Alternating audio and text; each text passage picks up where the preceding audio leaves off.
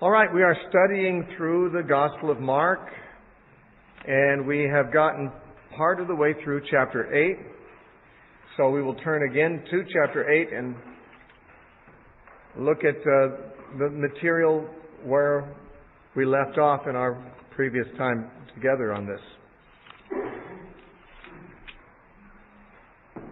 Last time we saw in chapter 8 the feeding of the 4,000, a miracle that, of course, very much resembled the feeding of the 5,000, but had its own interesting features, perhaps not the least of which was the fact that it was performed in Gentile territory and possibly involved the feeding of Gentiles.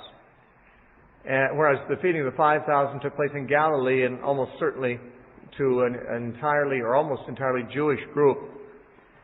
And so we see Jesus perhaps giving a sort of an inkling of the fact that although it is not right to take the children's bread and give it to the dogs, that is to give what belongs to the Jews to the Gentiles, yet as the Syrophoenician woman said, yes, but there's enough to go around, whatever is left over, what the children don't eat, the dogs can have that, can't they? And so perhaps that is how Jesus was making that point by now doing a similar miracle, feeding bread to Gentiles. I can't say for sure, but that's what I think. And we saw the healing of a man who was blind and was healed in 2 steps. And it was the only case that we know of Jesus healing a person in increments, in steps. And since I gave that lecture, our student Erin told us an interesting theory her father has about it. He's an optometrist, and many of you probably heard us discussing this at dinner. But her optometrist father, who obviously thinks like a scientist about vision, pointed out that when we see things, really the smaller part of the phenomenon of sight is the function of our eyes. By far the largest part is the function of our brains. The eye takes in light and then it breaks it down into little cones and rods that go through the optic nerve by the millions, and almost like it pixelates the whole picture into just seeming random light pixels, and then it comes to the brain, and the brain reassembles it and makes sense of it. And all of that, of course, instantaneously. But the brain doesn't receive a picture from the eyes. The brain receives data from the eyes and then has to interpret it. It's like the eyes, as she put it, are the hardware, and the vision is really pretty much the software, or it's the data that comes, and the software of the brain has to make sense of what comes to it. And so her father, the optometrist, thought, well, maybe the reason that Jesus had to touch the man one time and the man saw men like trees walking, in other words, he saw something but it wasn't clear, but then the next time Jesus touched him, he saw all things clearly. Perhaps it is that his eyes were healed with the first touch, but the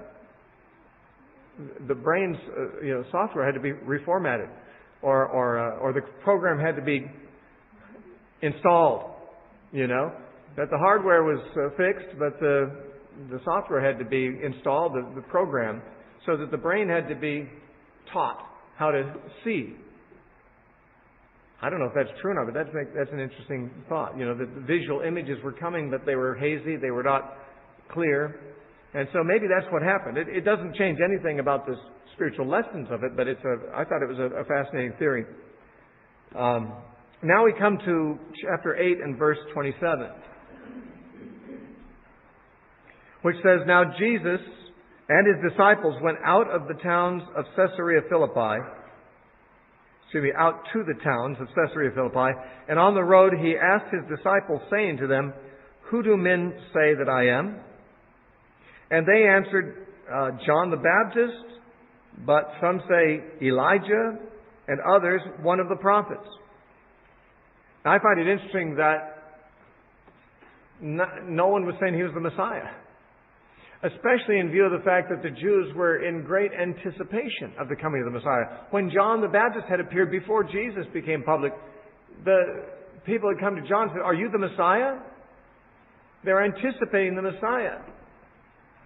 And yet Jesus had been around doing these miracles for, a couple of years now.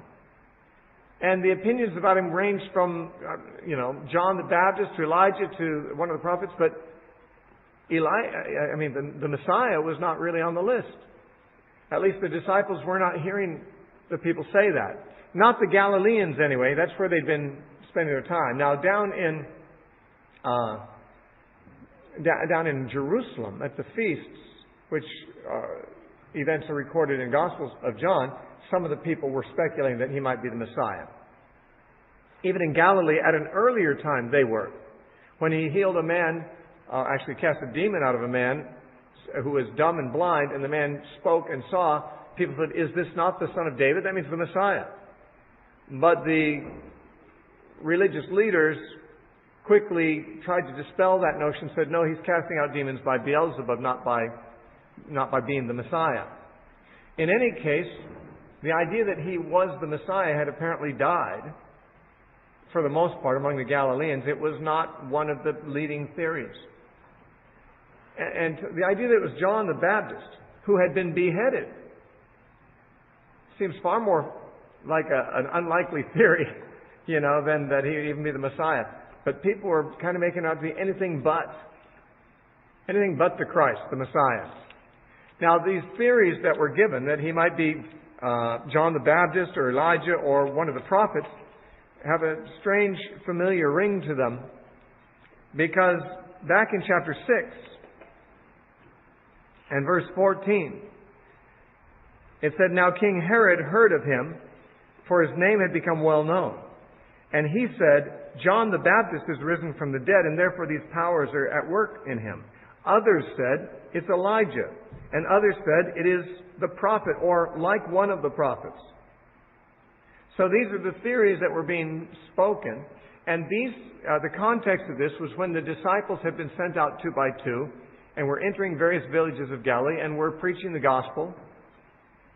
And this is when they'd been sent out but had not yet come back. While they were out, this report came to Herod about the activities that either Jesus was doing, which might be because the apostles on the mission were telling people about what Jesus was doing, and Herod now gets wind of it, and he's worried about it because he's killed John the Baptist. He's afraid that his guilty conscience makes him think that John has come back to haunt him. And so these were the theories that were still flying around at this time.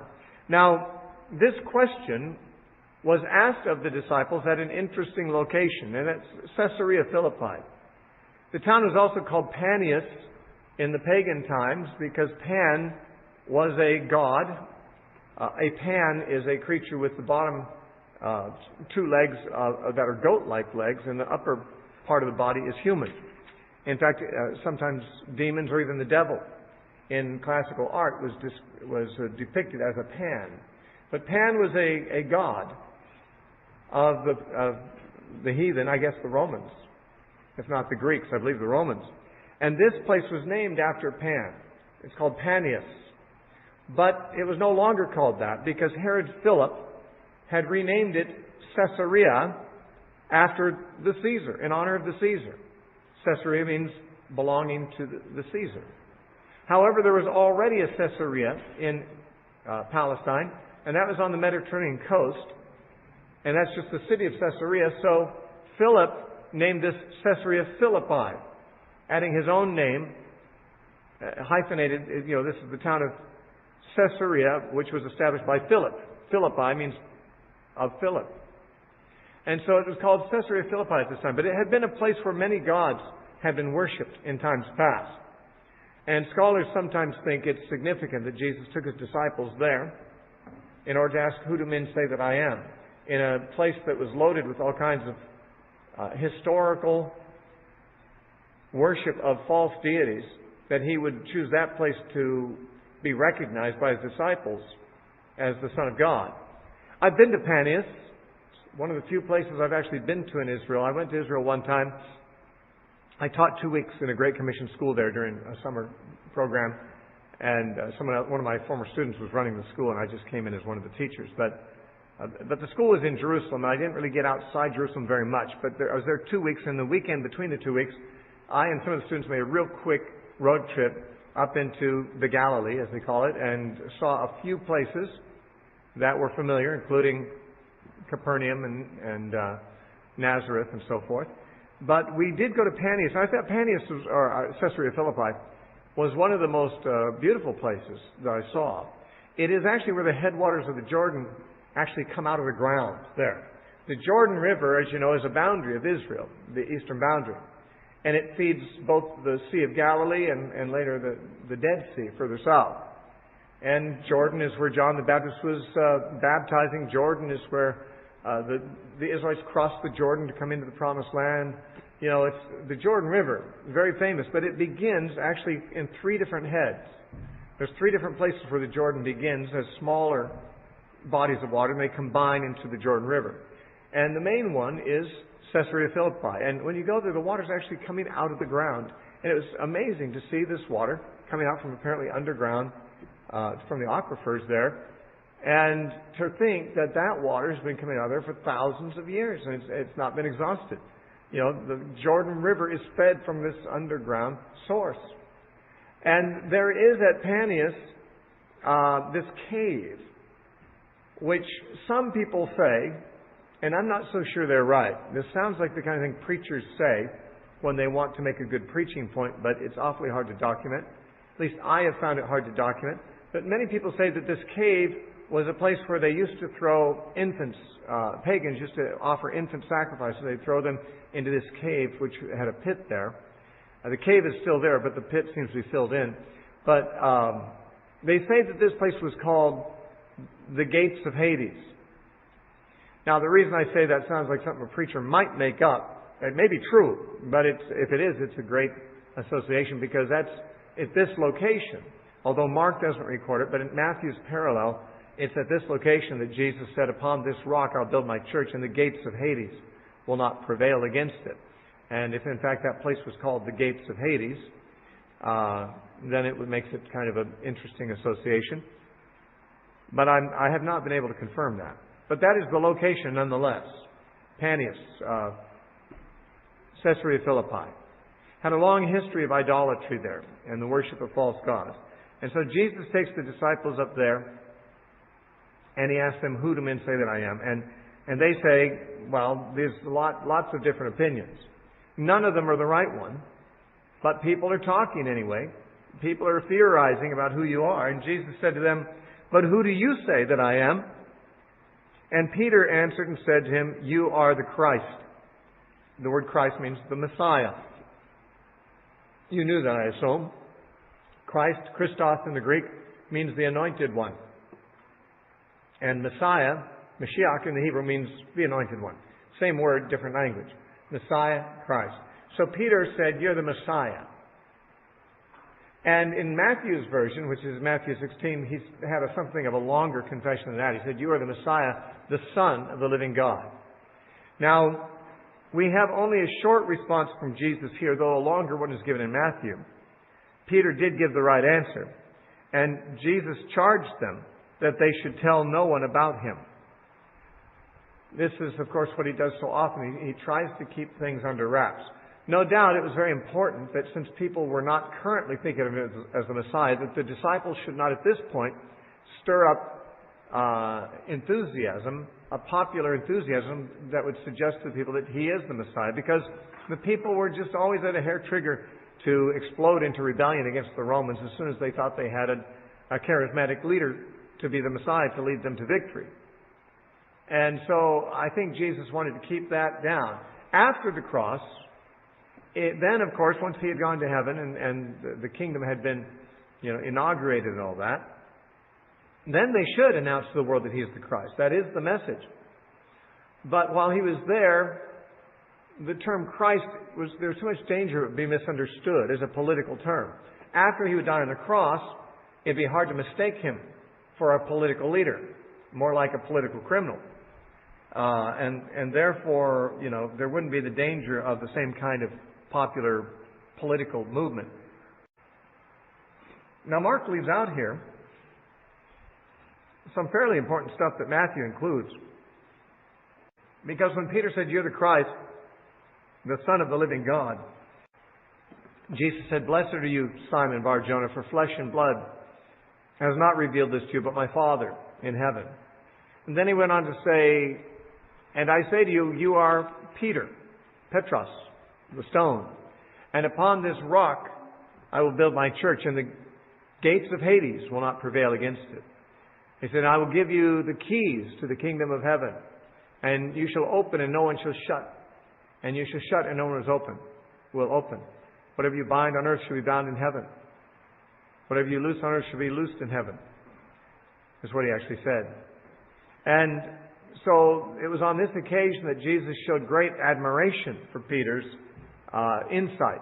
But of course, what he admired was not Peter's brilliance, but the brilliance of God in revealing it to Peter. And it must have been a real relief to Jesus. Now, the disciples were seeing him for who he was, when the crowds who were receiving much from him were not getting the message. They were not recognizing him as the promised one. And so I think Jesus expresses his appreciation for Peter in somewhat more detail, as it is recorded in Matthew. Passed over here mostly in Mark. Interestingly enough, Mark is Peter's version. And this is often the case when something flattering about Peter is said. Often Mark leaves it out, because apparently Peter often didn't report those things that were flattering to himself. But he did report the next part, which is not flattering to himself. It says, "And Jesus began to teach them that the Son of Man must suffer many things and be rejected by the elders and chief priests and scribes and be killed, and after 3 days rise again." This is the first time Jesus actually spelled this out for the disciples. There were 2 other times that he would do so in the near future after this. So on 3 occasions, Jesus said very specifically, "I'm going to be rejected, I'm going to be killed, and I'm going to rise again in 3 days." But the disciples didn't understand him. Peter seemed to understand what he meant, but did not. He must have thought Jesus was just depressed, and that Jesus was just being pessimistic. Maybe because no one except the disciples knew that he was the Messiah. Maybe Jesus was feeling discouraged, so Peter wants to lift up his spirits. Instead, Peter rebuked him, actually. It said he spoke this word openly, and Peter took him aside and began to rebuke him. In Matthew's version, it says, Peter said, "Not so, Lord, this shall not be unto you." Although here it actually has Peter rebuking Jesus. Imagine rebuking Jesus. These guys have been with Jesus a long time, pretty familiar, on familiar terms. Of course, Jesus then rebuked Peter in verse 33. Now, Peter rebuking Jesus about this, I think the fact that it says rebuke means that Peter thought that Jesus was not only speaking, unrealistically, but was out of line in saying it. Perhaps he's saying, "Lord, you talk that way, you're going to discourage these. You've got these few who believe in you. You start talking about dying, and you're going to get this. You're going to disperse those who are still with you. Don't talk that way." Now, the way it is in Matthew's version, it sounds like Peter's not rebuking Jesus, but trying to encourage him. Trying to encourage you, saying, "It won't happen to you, Lord. Don't worry. I know it looks like people are out to get you, but we're here for you. We're going to stand up for you. Don't worry. You won't die." But whatever Peter's tone was, it was not, and I'm sure it was well intended, it was not just a bad suggestion on Peter's part, but it was the devil speaking to offend Christ, to stumble him, that is. And that's what Jesus said. Verse 33 says, "But when he had turned around and looked at his disciples, he rebuked Peter, saying, 'Get behind me, Satan, for you're not mindful of the things of God, but the things of men.'" Now, the things of God include a cross for Christ. The things of men almost always involve avoiding that. The things that men mind, the things that men value, are very much in contrast to the thing that God values. In Luke chapter 16, I think it is, Jesus said, "The things that are highly esteemed among men are an abomination to God." So that God's value system is the polar opposite of men's value system, generally speaking. I was just checking this out because I'm not sure. It's verse 15. Luke 16:15. Jesus said, what is highly esteemed among men is an abomination in the sight of God. So the things that men value are the opposite of what God values. And we should bear that in mind, especially when we hear aberrations of the gospel presented. Especially gospel messages that sound like they cater to what people would want to be the case, rather than what God would necessarily want. A good news that tickles the fancy and the desires of the flesh is always to be suspect, because it reflects what man values and not what God values. When the gospel is presented simply as the means by which a person can get over a lot of their problems, not least of which is the problem of going to hell, but where they can actually go to heaven, and they can, all kinds of goodies can be added to the message depending on the brand of a presentation that you're getting, the denomination or whatever. Maybe you can throw in there healing and wealth and all kinds of goodies. The things that men love. Valuing the things of man. And Jesus said that's Satan talking. What God values is a man laying down his life for the cause of the kingdom of God. And Jesus was going to be the first to do it. A few verses later, he's going to tell the disciples they have to do it. Because he's going to say in verse 34, if anyone come after me, let him deny himself and take up his cross. Now that's not savoring the things of man. That's savoring the things of God. That a person would lose his life for God's sake is not what people want. That's not the message men would want to hear, generally speaking. And so Peter got his values mixed up. And Jesus is saying, listen, I'm telling you, I'm going to die. I'm going to be rejected. I'm going to be condemned. All that. And Peter says, no, that's not what you deserve. That's not what you should get. God will be on your side. God will deliver you. You need to have more positive confession, not this negative, pessimism going on. And Jesus said, you're talking like the devil to me. Interesting, he'd say, get behind me, Satan, because he says, you're not mindful of the things of God, but the things of, you would think, the devil. Right? He just called him Satan. He should say, you're not mindful of the things of God, you're mindful of the things of the devil. But he didn't say that, although it would have been true. He said, you're not mindful of the things of God, you're mindful of the things of men. Which is suggesting that the things that men are naturally mindful of are the things that the devil promotes. The thing the devil is for. Man is more naturally aligned with the devil's agenda than with God's agenda.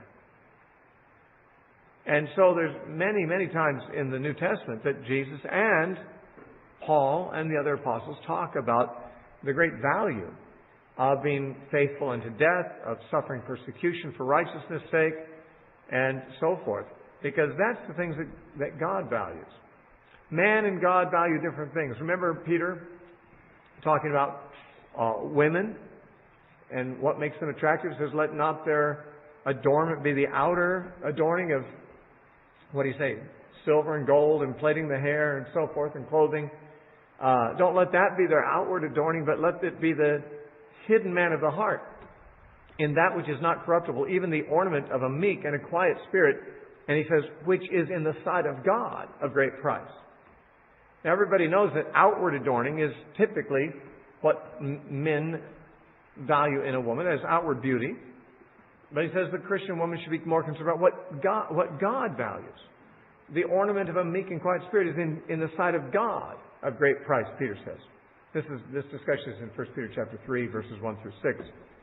And so the things of God, the things God values and things man values are not the same. And the person who becomes a Christian has got to take that into consideration. When people who are half converted or barely converted or maybe just converted and their minds have not been renewed at all, they read the Bible, they find all kinds of things that bother them about what God did. God, having all the Canaanites killed. God having a man killed for gathering sticks on the Sabbath. There's all kinds of things that bother people when they read the Bible. Because God's doing what He sees fit in these cases. And it's not what we see fit. Because we value the things of men. We take the side of people against God. It's weird. In the Bible, we see God judging sinners, and our natural tendency is to take the side of the sinners and say, God, those are people. They're like us. I feel their pain. I don't really see why you're doing that. Where the renewing of our minds that has to take place, that we take God's side about things. That's kind of what conversion means. Conversion means change. What changes? Well, one thing that changes is whose side you're on, for one thing. When you're not a Christian and you become a Christian, one thing that changes is you're now on God's side instead of on man's side. Because man is at war with God. Man's values are the opposite of God's values. And that's why Paul says we need to be not conformed to this world, but transformed by the renewing of our minds, because our minds are wrong when we start out. And they remain wrong in many ways even after we get converted. They just have to get transformed. It's a process. Our minds have to be bathed by the Word of God. We need to receive with meekness the implanted Word, James says. We need to, like newborn babes, desire the milk of the Word that we might grow thereby. And that growth is measured in transformation of our thoughts into the likeness of God's thoughts, valuing what He values. And we don't do that perfectly. I don't know that anyone does. But that's the project. Peter had been with Jesus for at least a year and a half, maybe 2 years at this time. And he still, as Jesus put it, you're mindful of the things of man, not the things of God. And so Peter stood rebuked, not least of all because he was referred to as Satan. Now, it's not clear how Jesus meant that. Certainly we are not to understand that Peter was demon-possessed or Satan-possessed, like Judas later is said to have been. But his mouth became the mouthpiece of Satan. And this is one of the devices of Satan that we are not ignorant of. Remember, it says in the second chapter of 2 Corinthians, it says, lest the devil should take advantage of us because we are not ignorant of his devices. Well, he has devices, and we shouldn't be ignorant of them. One of his devices is simply this. We see it here. We saw it when we studied Job. Is when the devil wants to get through to a godly man, he'll speak sometimes in disguise as a trusted friend. In Job's case, it was his wife. Saying, why don't you just curse God and die? Well, that has a familiar ring to it. That's what the devil was trying to get Job to do, is curse God. And now his own beloved wife is speaking for Satan. In this case, a loyal disciple of Jesus is the mouthpiece. Because the devil knows that if he just stepped out of the closet and said, hey, I'm the devil, I've got some suggestions for you, I've got a wonderful plan for your life, that we're going to say, hey, wait, I know you're the devil, you're not the good guy. I don't want to hear anything you have to say. You're a bad person. You don't like me. You're trying to ruin me. I'm not going to listen to you. But if he comes through the voice of a trusted friend, your guard is down. It sounds more reasonable. It certainly comes as something that sounds like it's from someone who's concerned for you. Oh, look out for yourself. Be easy on yourself. That's what Peter was saying. That's what the devil wants to say. Don't be so hard on yourself. Don't be so fanatical. Well, Jesus goes on to say, you're all going to have to be that fanatical. Verse 34.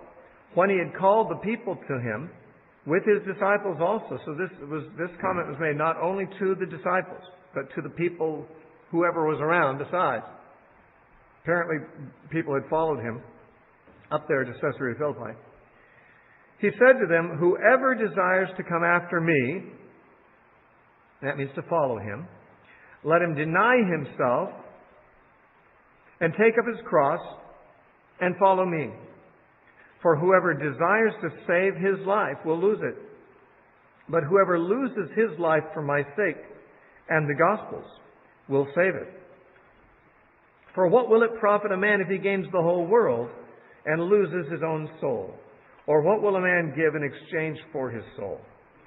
For whoever is ashamed of me and my words in this adulterous and sinful generation, let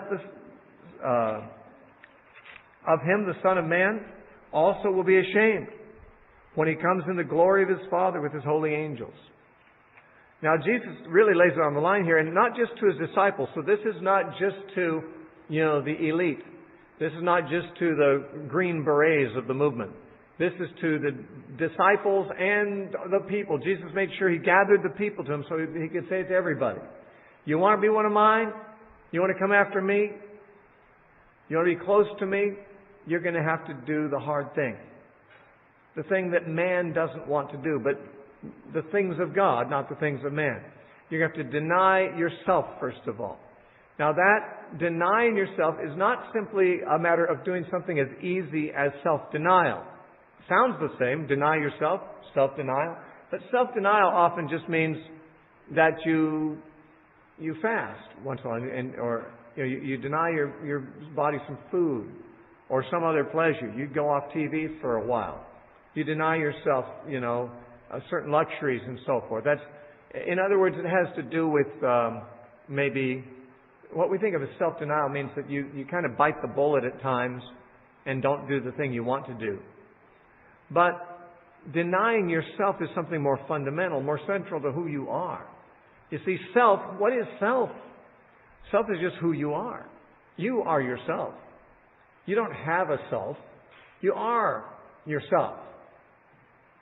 And to deny yourself means to uproot your own self with your own agendas, with your own interests, with your own prerogatives, your own plans, your own rights, whatever you associate with who you are, to just uproot that and say, as Paul did in Galatians chapter 2, not I, but Christ. It is no longer I, but Christ that lives in me. It's not about me. It's about Christ. Everything. It was about me. And maybe, before you were a Christian, you might not have thought of yourself as a self-absorbed person. And certainly there are people who are not Christians who are not entirely self-absorbed. There are philanthropists. There are people who are compassionate. There are people who think about other people. There are mothers who will die for their children who don't know the Lord. Not everyone is completely self-absorbed, but everyone is self-concerned. Everybody still evaluates things in general about how will this affect me? How will this enhance my life or not? And it's these things that become the foundation of all of our thinking, all of our decisions, all of our planning.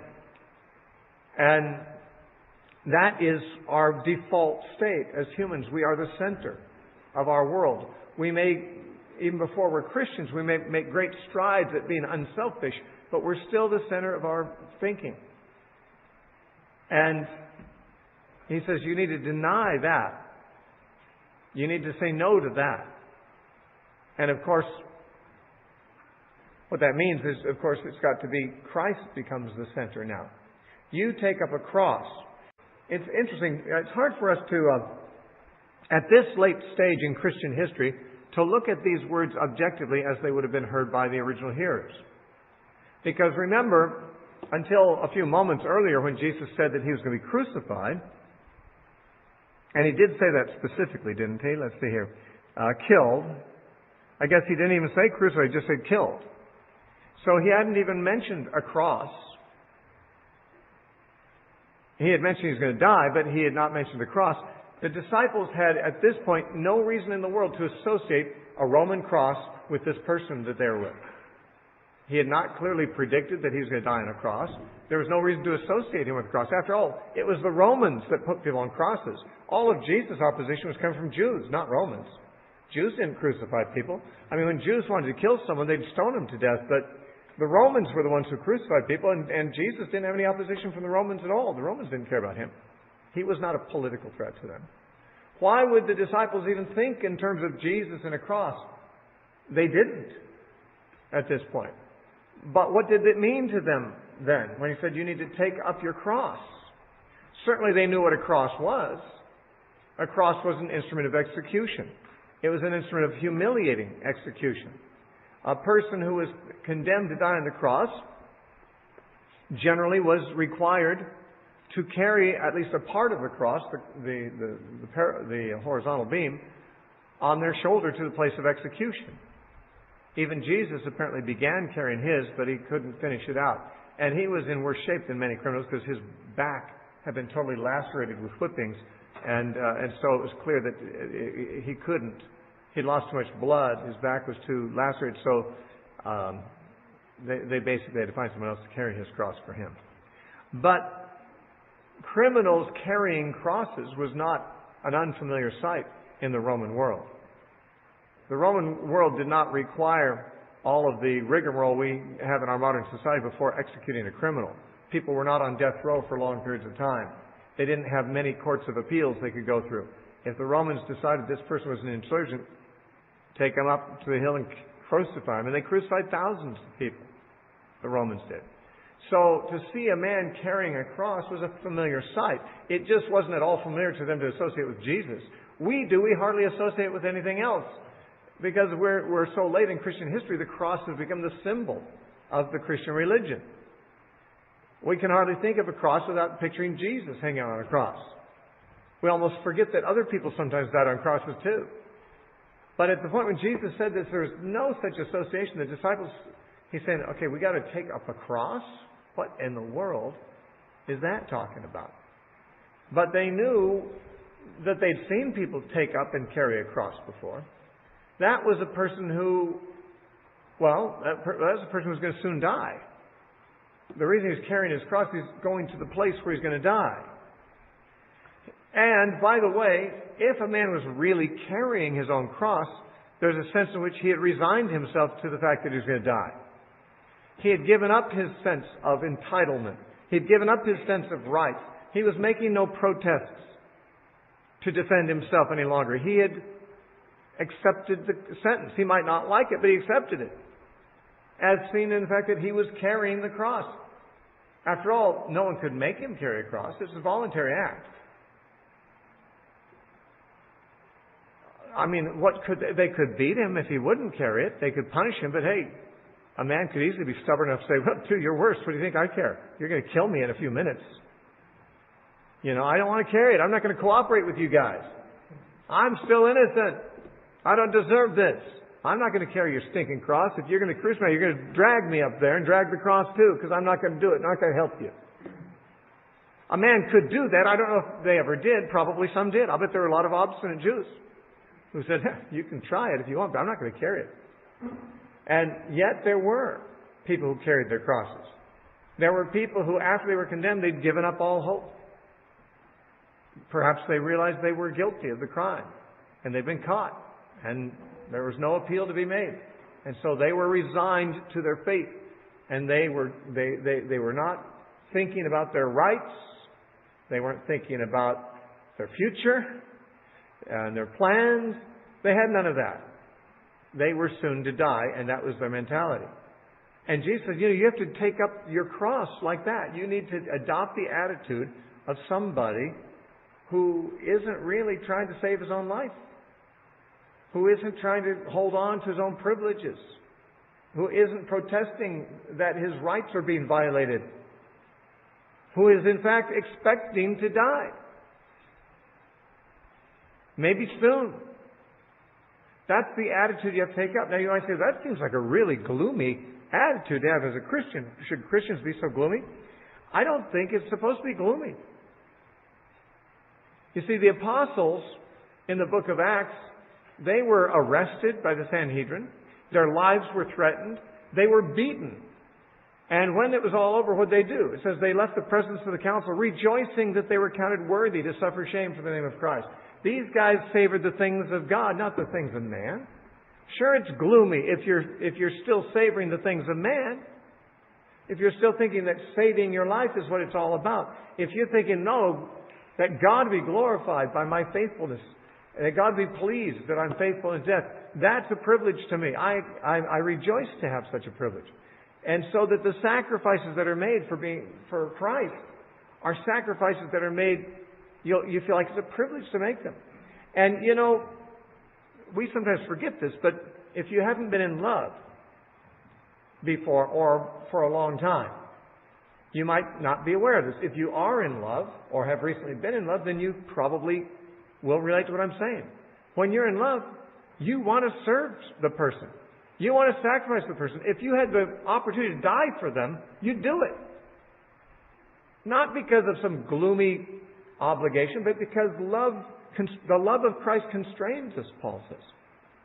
It's the love for God makes you want to sacrifice everything. And when people are in love, they make those sacrifices. They don't think they're making a sacrifice. Never crossed their mind that they're making a sacrifice. It's a delight to spend and be spent, to lavish everything you have.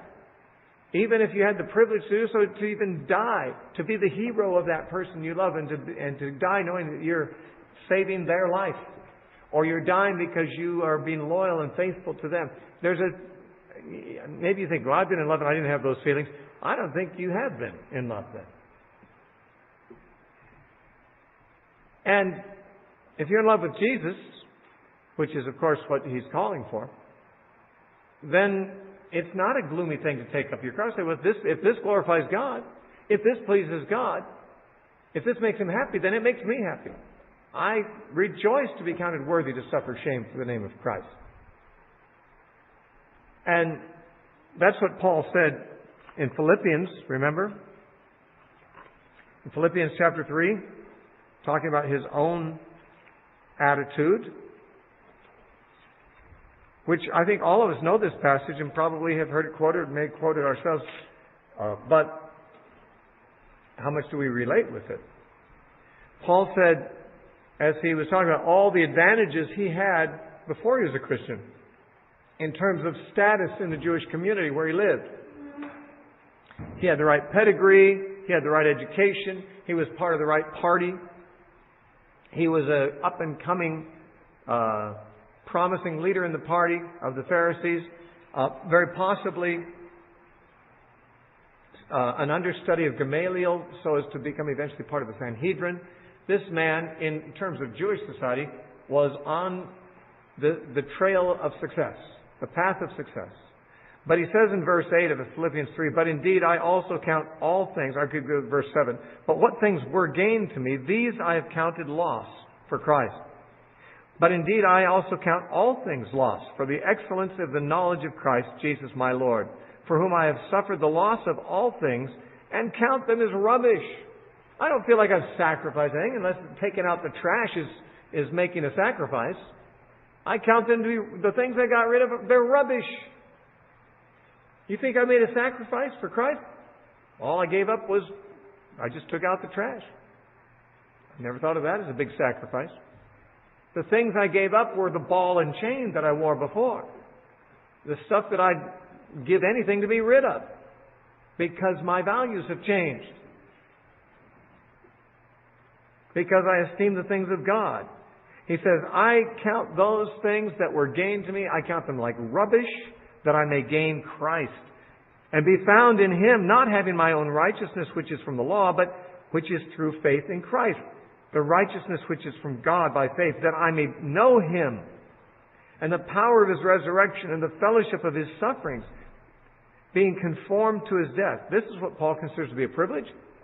To know Christ through the power of His resurrection and the fellowship of His sufferings, and being myself conformed to the likeness of His own death, if by any means I may attain to the resurrection of the dead. Now, Paul sounds like a man obsessed with Jesus, so much so that his values are all turned around from what they used to be. What I once valued, I count it as rubbish. What I once feared is what is most precious to me now. And that is the supernatural change that Christianity brings. You see, sometimes people think of becoming a Christian as joining a religious movement. You can join the Jehovah's Witnesses or the Mormons or maybe the Muslims. You could become a Muslim or a Jew or a Hindu. Maybe you can join the Masons. Or you can join the Baptist Church. And many people think of it all as kind of it's like a potpourri of religious options, and you pick the one you think is best and you do your best to fit in. You learn the rhetoric, you learn the songs, you learn how to behave, as they wish, and you fit right in. Now you're part of that religion. Now, that's not what Christianity is. Christianity isn't a religion that you fit into. It's something that you don't fit into. You have to die to yourself because you don't fit. Because the things of man are opposite of things of God. You have to deny yourself and take up your cross and follow Him. He says, for whoever desires to save his life will lose it. You want to save your life? You'll lose that. I remember, I thought it was Richard Wurmbrand, but it could have been another one of the suffering Christians from the communist world that told a story about actually, you know, it might have even been from an older time. It might have been Fox's Book of Martyrs, come to think of it. Sometimes I don't remember where I read the stories I read, because I read lots of books of a similar sort.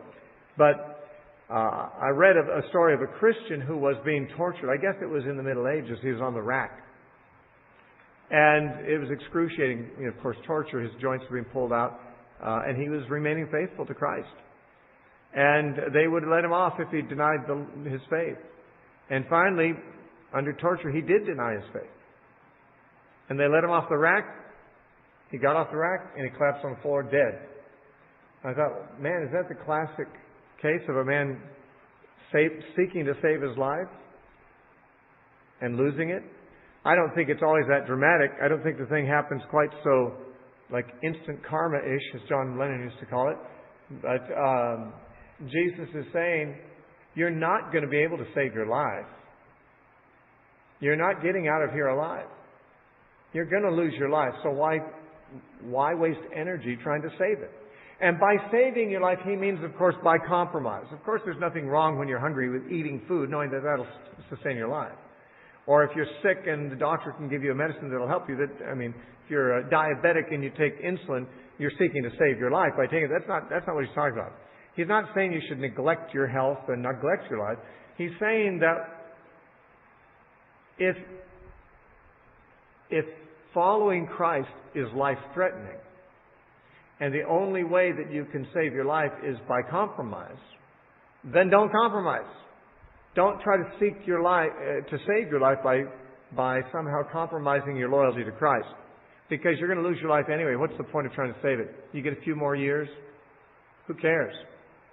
What shall it profit a man if he gains the whole world and loses his soul? Jesus said in this context. But he said, whoever will lose his life for my sake shall find it.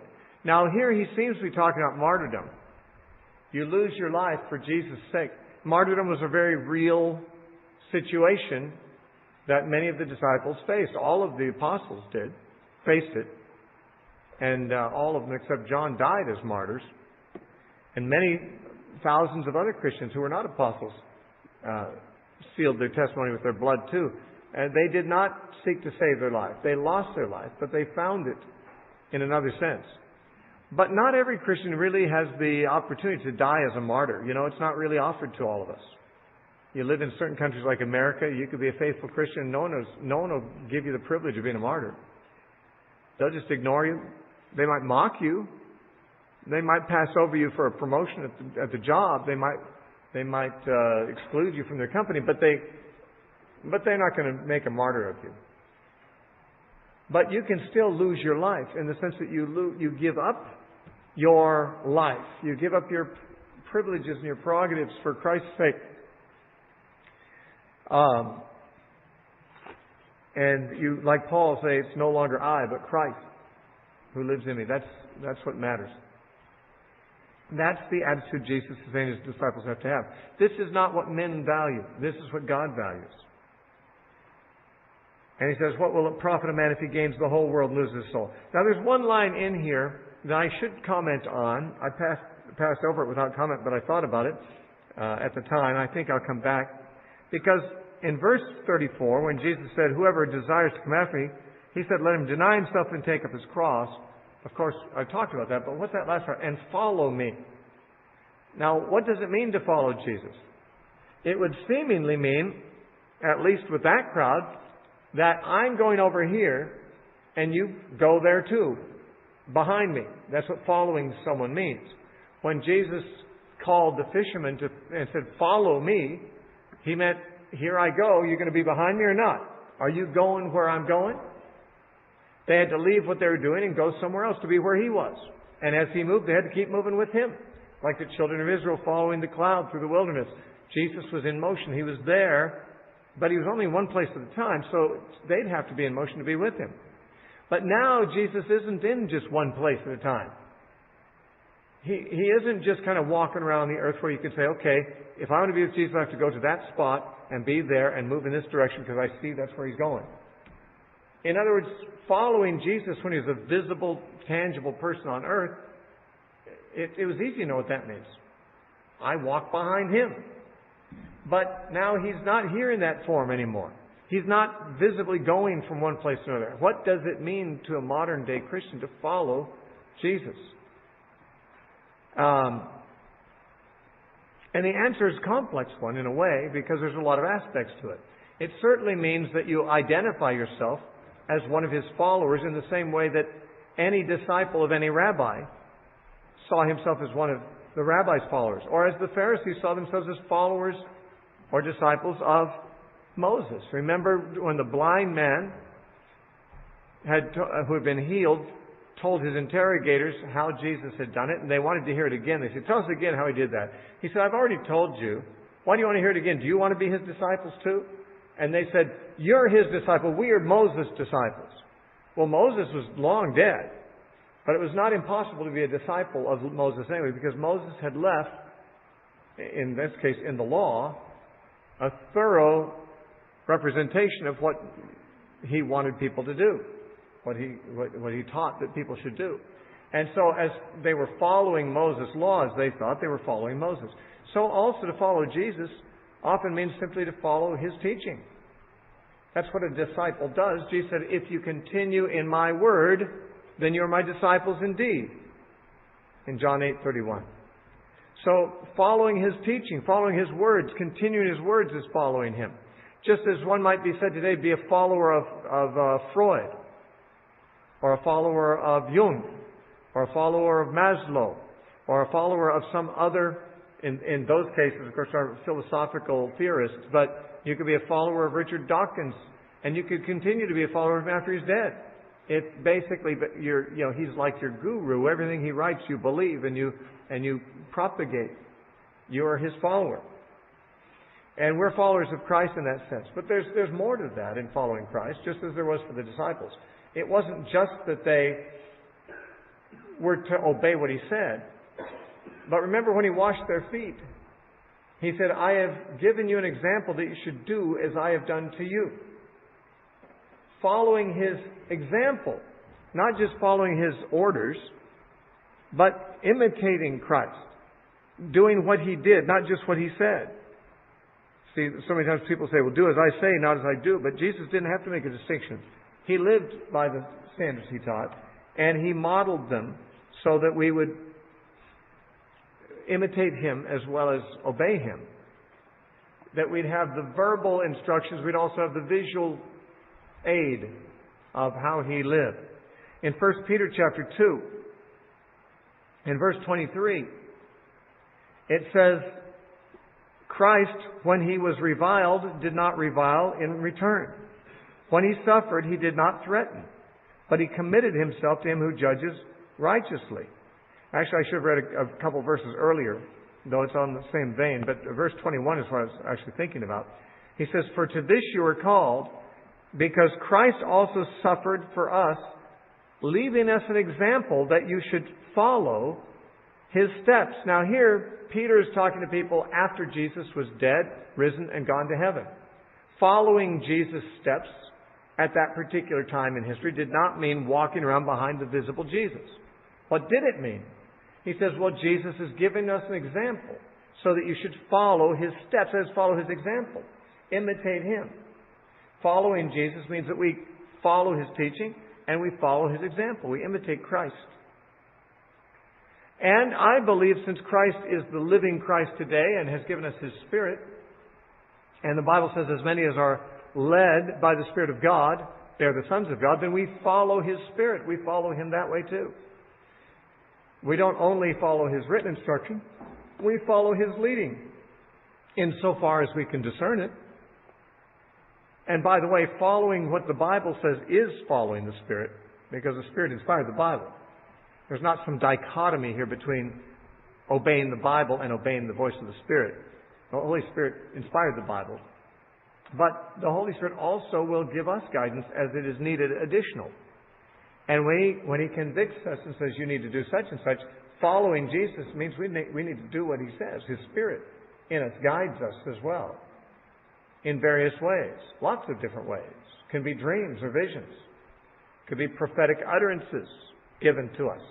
It can be simply a still small voice, or the voice of conscience, or the reminder in our mind of something that the Scripture said relevant to a decision we're making. All kinds of ways God can speak to us. Maybe even just through circumstances. Maybe through just opening remarkable doors that correspond with something we've already kind of felt a conviction about doing. There's all kinds of ways that the Spirit can lead us, but following Jesus involves still following Him literally. We follow His teachings, we follow His example, but He's still alive. And we have a relationship with Him. And so Jesus said you need to deny yourself, take up your cross, and follow me. And following Him means, it really does mean a lot, the same as what it meant for the disciples at that time. What He instructs them to do, He says, let's go across the lake. Well, they got in the boat with Him, went across the lake. If Jesus tells you to go someplace, you go there. And so this is what it means to follow Jesus. He said, if anyone will come after me, let him do these things. You see, Jesus was going to the cross. He had already said, we're going to Jerusalem, I'm going to be killed. And if you want to go with me, you're going to have to go on the same terms I'm going. I'm going to bear a cross, you'll have to bear a cross. I'm denying myself, because in the garden he says, Father, not my will, but yours be done. That's denying Himself. So you're going to have to deny yourself. You're going to have to follow me. You're going to have to do what I do, go where I go, follow my steps, be like me. That's what it means to be a Christian, as Jesus defined it. And then, did we get to the end? It just says, oh, this is important. Verse 38. For whoever is ashamed of me and my words in this adulterous and sinful generation, him the Son of Man will also be ashamed of when He comes in the glory of His Father with the holy angels. Now, being ashamed of Christ. And it's interesting, He's saying, whoever's ashamed of me in this sinful and adulterous generation. You see, shame, when you feel shame or embarrassment, it's because you're concerned about what somebody else is thinking about you. If you do something embarrassing and no one knows it, you don't feel very embarrassed. You might laugh at yourself, but you don't walk around ashamed and embarrassed because no one knows about it. But if you do something embarrassing in front of people and you care about what they think, and you're afraid that they'll have a negative thought of you, then you feel shame. You feel embarrassment. He said, if you're embarrassed of me in front of this generation, and they are adulterous and sinful, what do you care about their opinion for?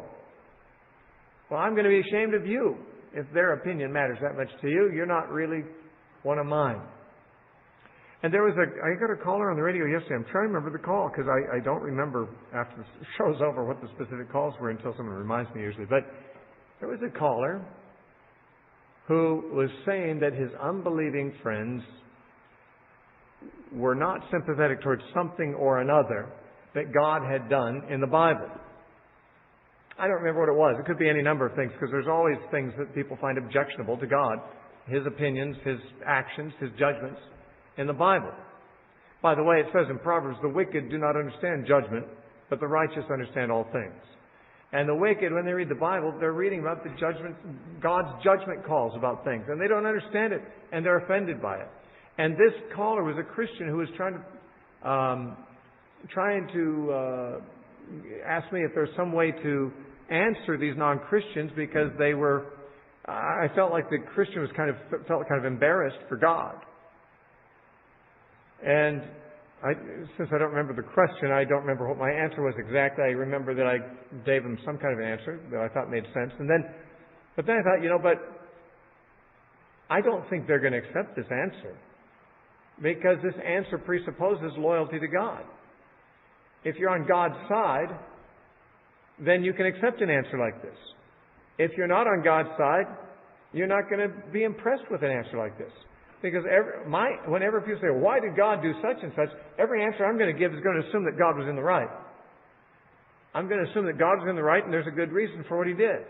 But the unbeliever is already assuming the opposite. That's why they're raising the objection. God doesn't seem to be in the right. He didn't have a good reason. And they challenge you to answer for God. And you almost feel like, boy, if I can't do it, it's embarrassing. And, it's embarrassing to stand up for God when He said those politically incorrect things.